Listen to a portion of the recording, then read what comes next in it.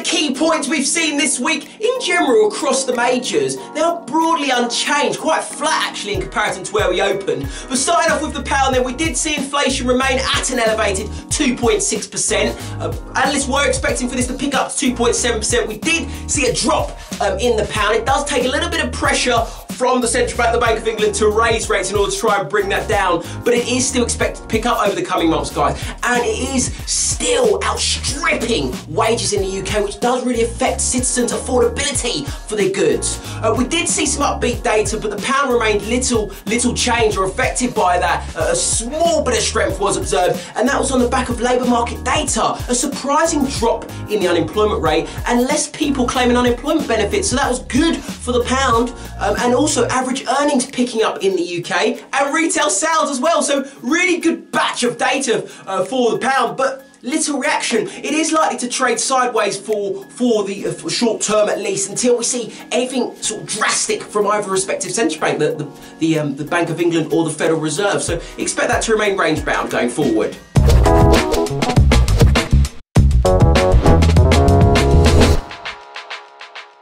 Looking across the Atlantic then, over in the United States, market participants were let down on the back of the FOMC, the minutes of their last meeting. They failed to provide any clarity on time frame in terms of relatively soon for the reduction of their balance sheet, and also they do see inflation tracking lower than 2%, much lower than currently expected. So dovish comment there, and that did weigh on the dollar initially across the board against the majors. We can expect the dollar to continue to lose some ground because it seems the Federal Reserve are taking further steps back in terms of potentially moving forward with another rate hike before the end of this year. At the moment, it doesn't look very likely, guys. As we've seen, economic conditions at the moment just not falling in favour for the Federal Reserve to do that. So expect the dollar potentially just to give up some ground across the board against other majors.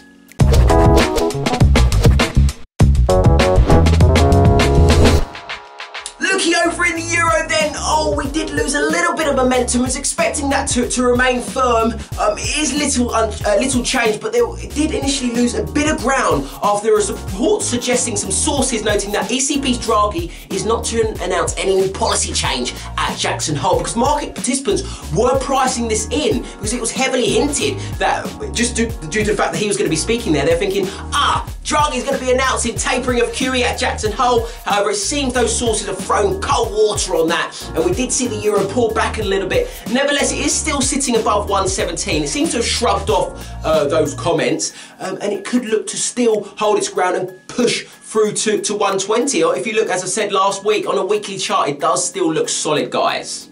Elsewhere, looking over in Australia then, continued signs of improvement in the labour market, really looking encouraging. Again, a drop in the unemployment rate and more people employed, as we saw on a month-for-month basis, which is good.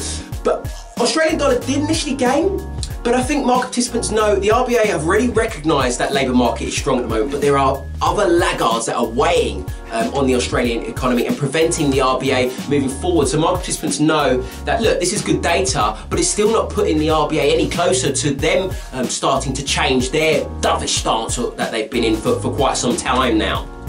Other than that, that's it from me. I hope you've had a smashing trading week and have a great weekend. Thank you.